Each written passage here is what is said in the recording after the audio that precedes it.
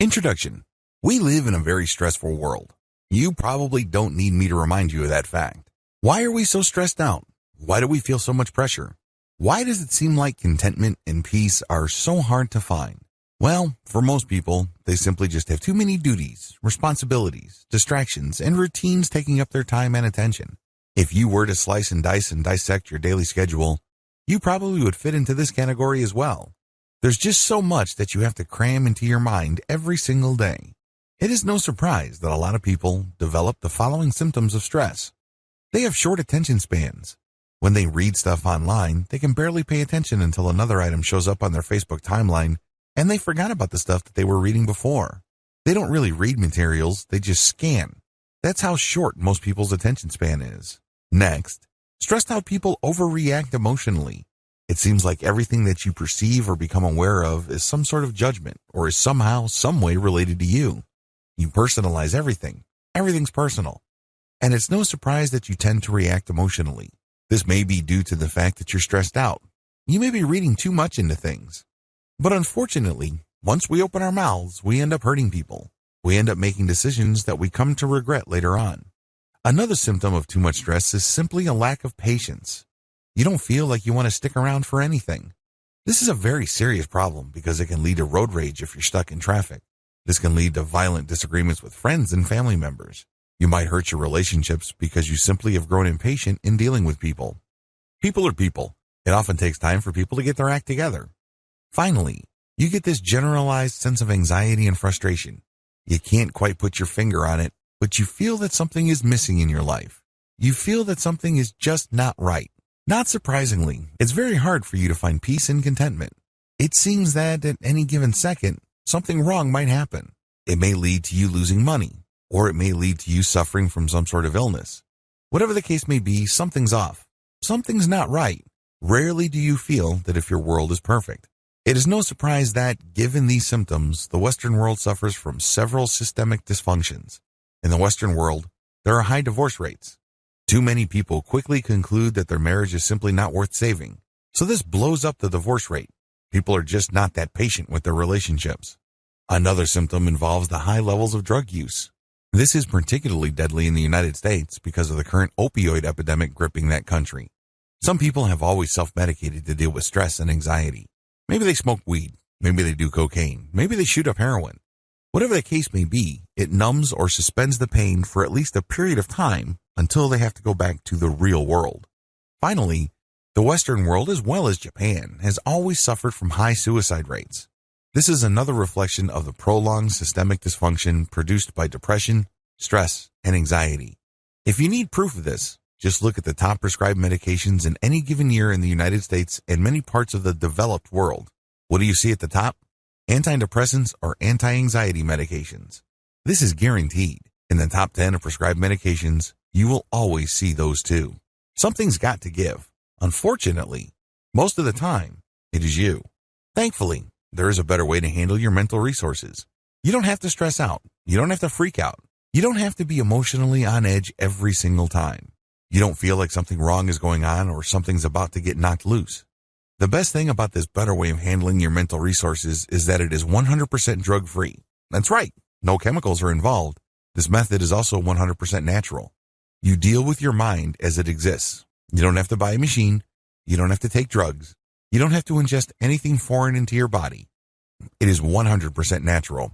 It works with how your mind works. It is also 100% conscious. You're not going to hypnotize yourself.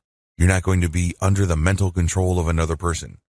Finally, this system enables you to remain in 100% control of your mind. You call the shots. You pick the method, and you work with it.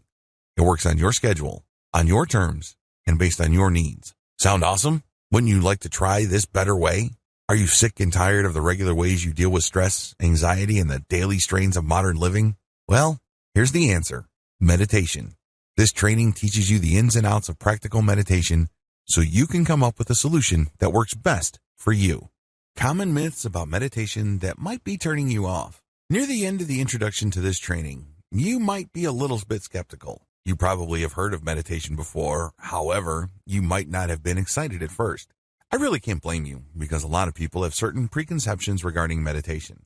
A lot of these are really myths that serve to turn people off from this amazing practice that can free them from daily stress and pressure.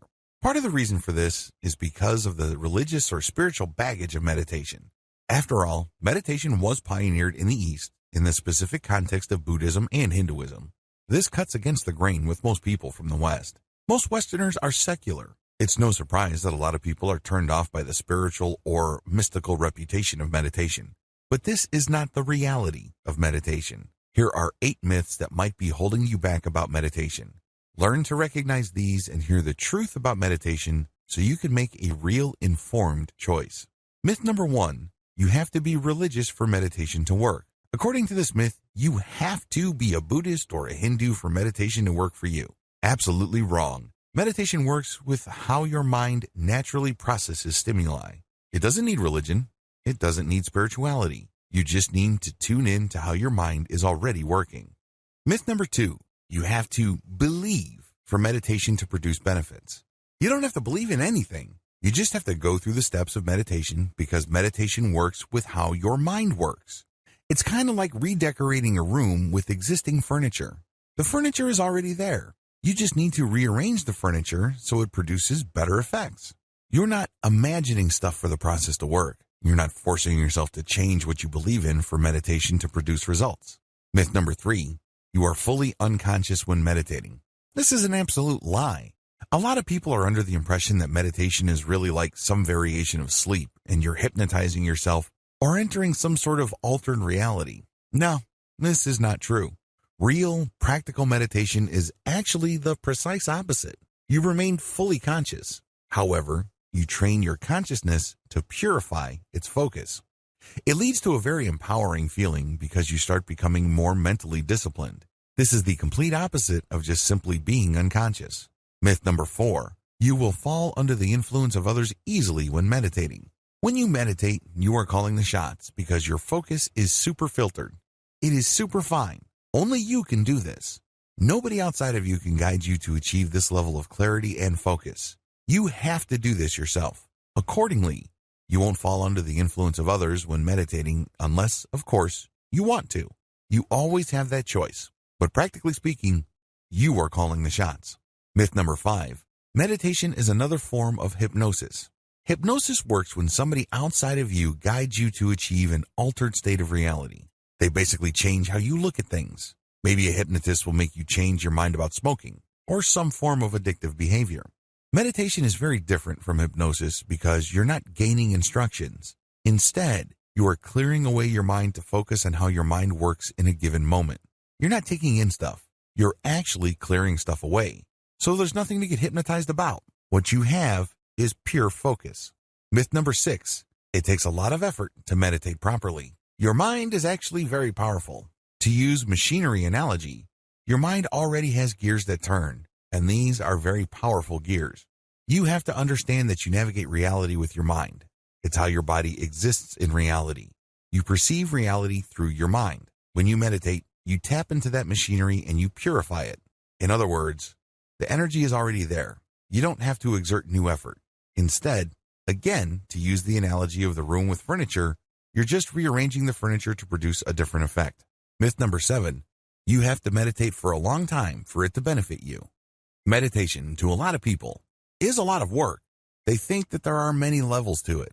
Well, people who think that way are being confused by the traditional religion or spirituality that surrounded meditation because Buddhists think in levels. Hindus too, to a certain degree. Raw, practical, basic meditation can produce results for you right here, right now. Since your goal is not to attain some sort of mystical enlightenment, but to just live in the present moment and focus your mental energies, the benefit is almost immediate if you do it right. Myth number 8, people who meditate are gullible. This really is a slam against people who are looking for natural and self-controlled ways to deal with stress. This is an insult. The truth is, even if you are the most skeptical person in the world and you really have a tough time believing anything, if you just focus on the mental processes that you are already engaged in and direct it to a more natural alignment, you don't need to be persuaded of anything. It just works on its own. All of the 8 myths above will trip you up. Learn how to spot them in terms of your belief system. Let me tell you, what I'm going to teach you about meditation will not benefit you in the least if you hang on to any of these myths. Get out from under them and start enjoying the benefits you've been looking for. You need to start with as clean of a slate as you can. So make sure you go through your personal, mental, and attitude laundry list and clear out any of the myths above or anything related or similar enough to these myths. Otherwise, meditation may not work out for you.